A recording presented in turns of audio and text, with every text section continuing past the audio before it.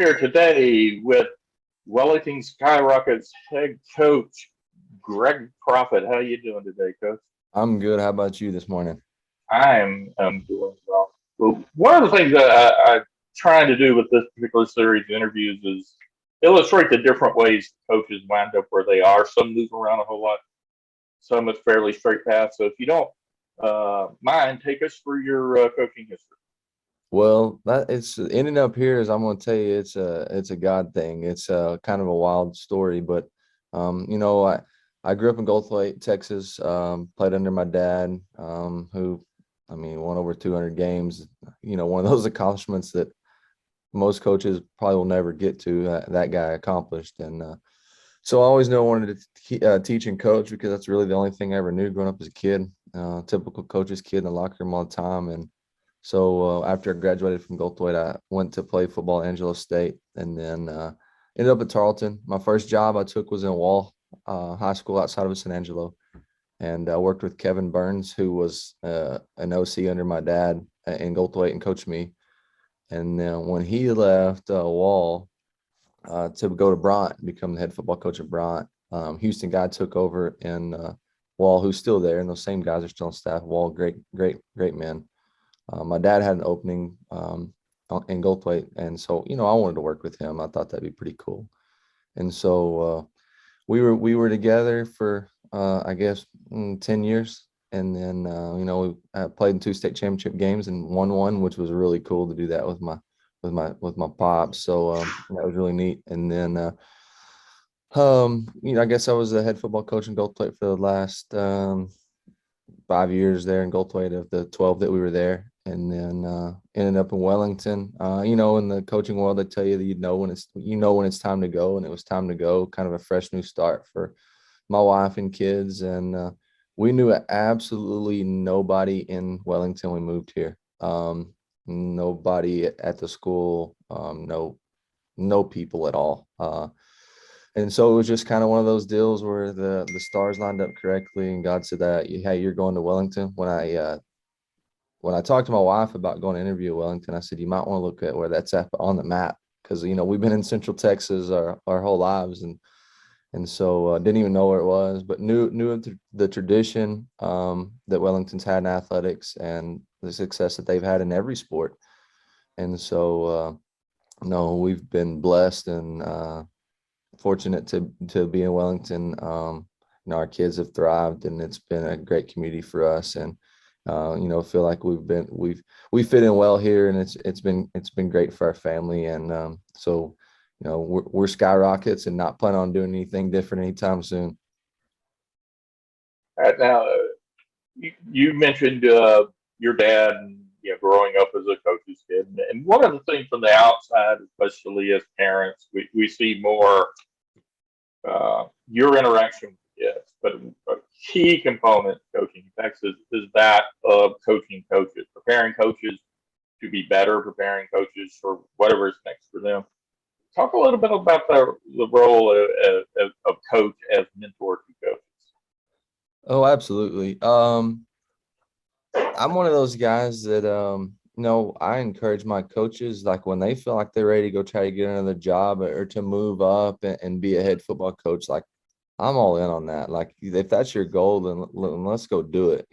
There's some people in the profession that they don't want the change, and they want their guys to stay there forever. And I don't know. I guess I'm a little bit different than that because I want our coaches to grow and be better coaches. We're constantly looking for a way to do things better or be better coaches in the profession. Doesn't matter what sport it is.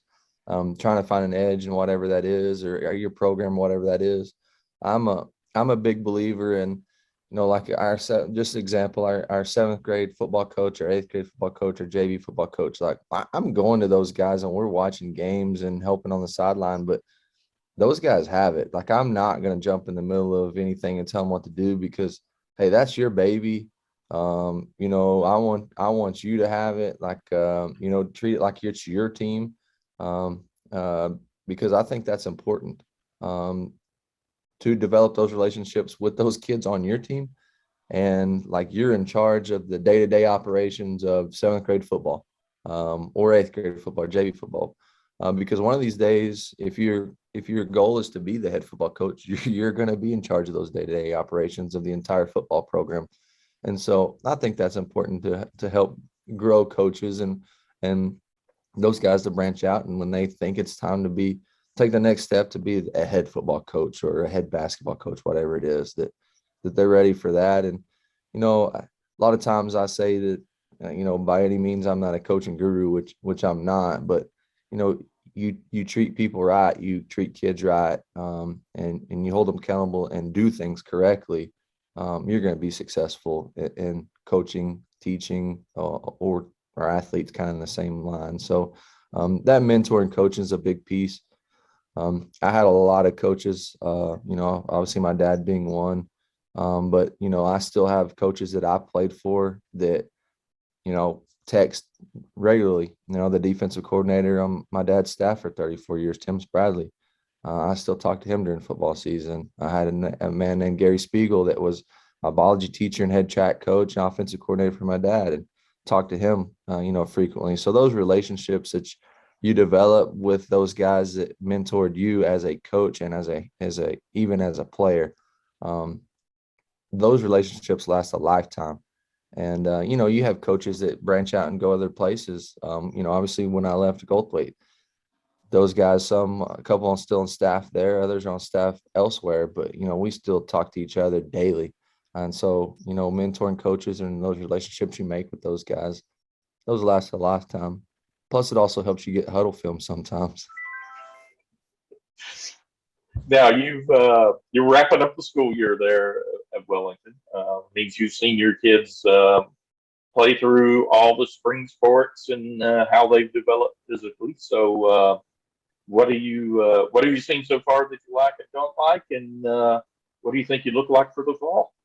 Man, it was a crazy busy spring. Of course, small school America, our kids play golf, they play tennis, they run track, play baseball. Like we did it all. We had a very successful spring. We advanced a lot of kids to regional events. We advanced a lot of kids to state events. It's really hard for us to do football in the spring. It really honestly is. I think we really only got about 2 weeks worth. But the biggest piece for the thing for us is just growing kids up. So like sophomore kids that are probably gonna have to find a way to play for us on Friday night, and kind of growing those kids up through some toughness in the spring, and maturing physically. Our kids are competitive, and it doesn't matter what sport it is, they're going to get after it, and we want to be the best at those sports. And so we did have a good spring. Of course, I think the most important piece for us going forward is our summer, on our summer strength and conditioning, and just the physicality and being in the weight room.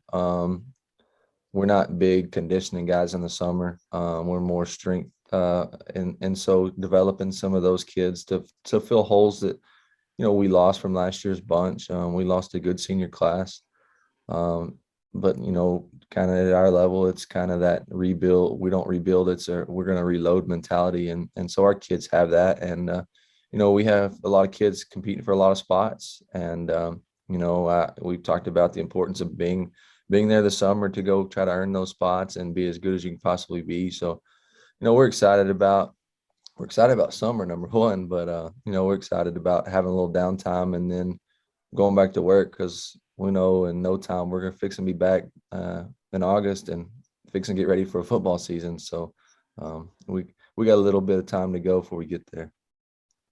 All right. Well, one more question for you, Coach, before I let you go.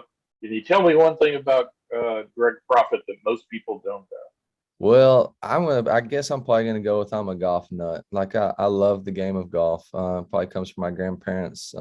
My grandfather helped build the golf course in Goldthwait, and picked me up when I was a kid all the time from elementary. We go to the golf course. So like, when a golf tournament's on the weekend on Thursday or Friday, it's probably gonna be on the coach's office. And when I took this job, it was funny because Coach Ashmore, superintendent, one of the things we're talking about is golf, and I told him I was kind of bummed because I didn't win the Masters drawing for those tickets that I enter every year.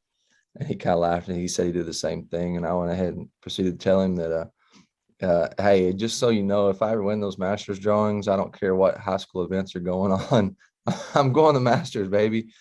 But no, I love the game of golf, and you know, I guess in this profession, you gotta love every game. But I have a passion for golf, and um, probably something a lot of people don't know about me, I guess. All right. Well, thanks for your time today, Hey, Coach, and yes, sir. best of luck with the 2022 season. Hey, I appreciate it, man. It was good visiting with you this morning.